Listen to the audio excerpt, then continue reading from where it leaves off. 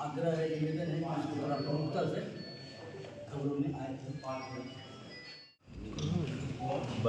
Budget बढ़ता बिहार, नई दिशा, नया दौर, सुशासन से समृद्धि की ओर। हमारा बजट एनडीए सरकार के नीतीश कुमार जी के नेतृत्व में पेश हुआ है। उस पर आज पूर्णिया में प्रेस कॉन्फ्रेंस हम लोग आए हुए हैं। हमारे सभी मंत्रीगण और विधायक अलग अलग जिलाओं में जा रहे हैं। हमें पूर्णिया जिले का दायित्व दिया गया है, इसलिए अभी अपने सभी एनडीए के नेताओं के साथ पूरे पूर्णिया वासियों का हार्दिक नमस्कार करते हैं, प्रणाम करते हैं। आज का जो विषय है, पूर्णिया के लिए हमारी सरकार ने पूरे बिहार में 23,000 करोड़ से 885 करोड़ से लेकर आज 3,16,895 करोड़ बजट बिहार का पहुंचा है, जिसमें इस क्षेत्र के लिए, कोसी के लिए, पूर्णिया के लिए, इस सब जिलों के लिए 26,000 करोड़ से 3 एक्सप्रेसवे तैयार हो रहे हैं, जिसमें बक्सर, भागलपुर, पटना, पूर्णिया तथा बोधगया, दरभंगा, भया, राजगीर, वैशाली है। इस तरह बरौनी रिफाइनरी की क्षमता बढ़ाई गई है 21,476 करोड़ के साथ। फिर पैती पावर प्लांट को 21,400 करोड़ से बढ़ाया गया है। पूर्वोदय योजना के अंतर्गत विरासतों का संरक्षण, राजगीर बोधगया कॉरिडोर, विश्वविद्यालय संरक्षण इत्यादि काम हम लोग लिए हैं। इसमें सबसे महत्वपूर्ण है मिथिला कोसी में बाढ़ से विभीषिका को रोकने के लिए 11,000 करोड़ की राशि बढ़ाकर कर दी गई है। पश्चिमी कोसी परियोजना में 50,000 भूमि की सिंचाई सुनिश्चित होगी। आगामी आपके इस पूर्णिया इस क्षेत्र के लिए 100 करोड़ रुपए मखाना किसानों की जीवन समृद्धि के लिए दिए जाएंगे। ऐसा हम लोग के बजटीय प्रावधान में हमारे वित्त मंत्री, सह उप मुख्यमंत्री सम्राट चौधरी जी और बिहार के माननीय मुख्यमंत्री नीतीश कुमार जी, हमारे प्रधानमंत्री जी और केंद्रीय वित्त मंत्री जी, सबका यह ड्रीम प्रोजेक्ट है। 3 राष्ट्रीय खाद्य प्रौद्योगिकी संस्थान की स्थापना होगी। किसानों को क्रेडिट कार्ड में राशि 3 लाख से बढ़ाकर 5 लाख कर दी गई है। वो सभी पूरे बिहार वासियों के लिए पूर्णिया का साथ साथ होगा।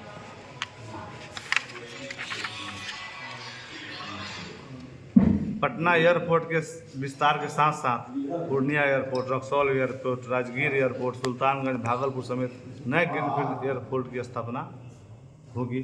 जैसा आप लोग पहले जानते हैं, हमारे पूर्व सांसद महोदय भी पहले से इसके लिए प्रयासरत थे और रोड के लिए भी सब लोग लगे थे। राज्य के सभी अनुमंडल में, प्रखंडों में कोल्ड स्टोर की स्थापना की जाएगी ताकि हमारे खाद्य पदार्थ सुरक्षित रहे। सुधा की तर्ज पर सरकारी और तरकारी सुधा आउटलेट खोले जाएंगे। 11,035 करोड़ से लागत से समान पिछड़े, अति पिछड़े, अनुसूचित जाति जनजाति वर्गों के छात्रों को प्री मैट्रिक छात्रवृत्ति दोगुनी कर दी गई है, जो हमारे शिक्षा के क्षेत्र में हमारा बिहार आगे बढ़े और शिक्षित बिहार, विकसित वर्ग, विकास बिहार की परिकल्पना को हम लोग साकार कर सके। 14 प्रखंडों में 720 अनुसूचित जाति जनजाति छात्रावास का निर्माण होगा कि हमारे छात्र अनुदान 1,000 से बढ़कर 2,000 करने का भी निर्णय लिया गया है। चरणबद्ध तरीके से राज्य के 365 प्रखंडों में राजकीय अंगीभूत डिग्री महाविद्यालय का स्थापना होगा। शिक्षा के क्षेत्र में बहुत बड़ा बजट, बिहार का सबसे बड़ा बजट शिक्षा का है और शिक्षा से तरक्की की तरफ ले जाने का जो प्रयास हमारे प्रधानमंत्री जी का, मुख्यमंत्री जी का, उप मुख्यमंत्री जी का है, उसमें सबको लाभ मिलेगा। पंचायती राज में 50% गैर सरकारी नौकरी में 35%, महिला आरक्षण 33%, महिला आरक्षण लागू होगा।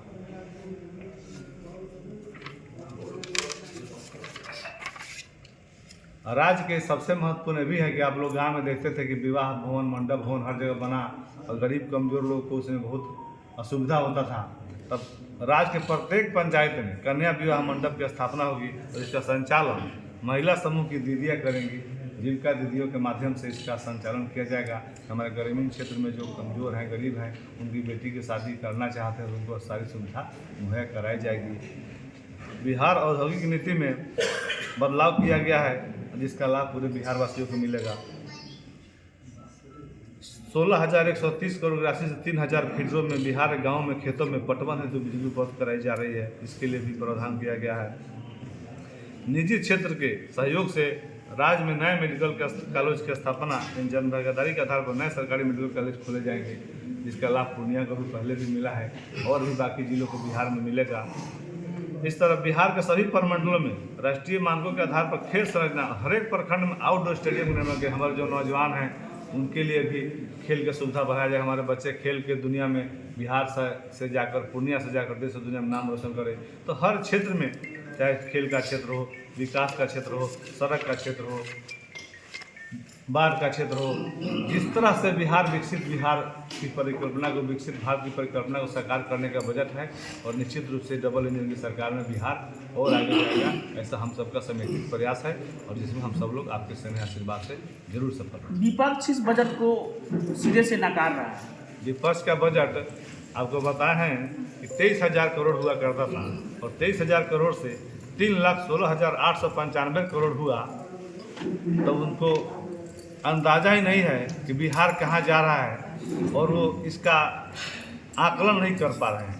उनका दिमाग काम नहीं कर रहा है कि क्या से क्या हो गया।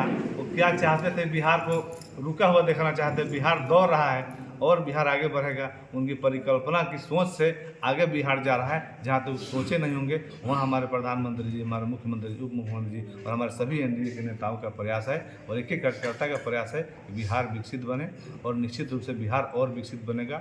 बिहार पहले कहाँ था, जब हम पीछे देखते हैं, पूर्णिया के लोग तो उससे अनभिज्ञ नहीं होंगे, बिहार कहाँ खड़ा था और बिहार आज कहाँ खड़ा है, इससे कोई तुलना नहीं की जा सकती है। हर एक महिला हो, बच्चा हो, कोई व्यक्ति ऐसा नहीं कह सकता है कि नीतीश कुमार जी की सरकार ने, नरेंद्र मोदी जी की सरकार ने, एनडीए की सरकार ने मेरे लिए क्या किया है।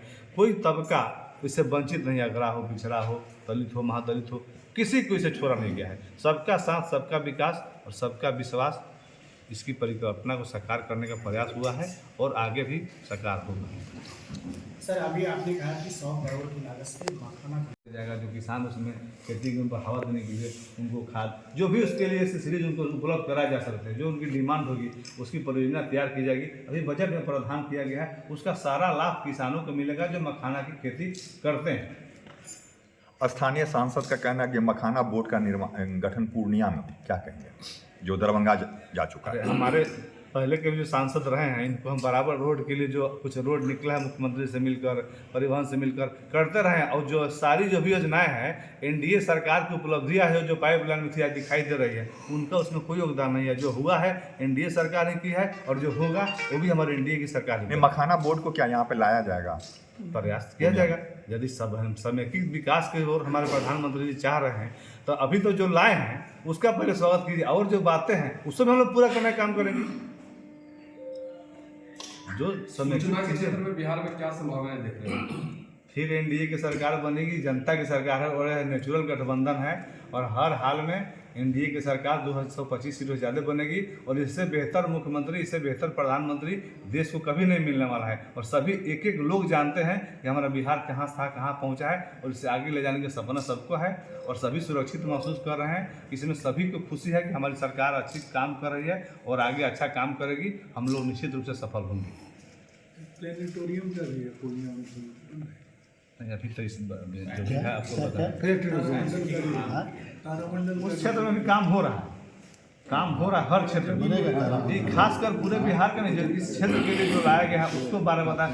पूरा 3,16,000 करोड़ जो योजना है उसमें बहुत सारी चीज़ है, उस पर हम लोग बात करेंगे तो हम लोग दिन भर कृषि करेंगे तभी वो बातें समाप्त नहीं होगी।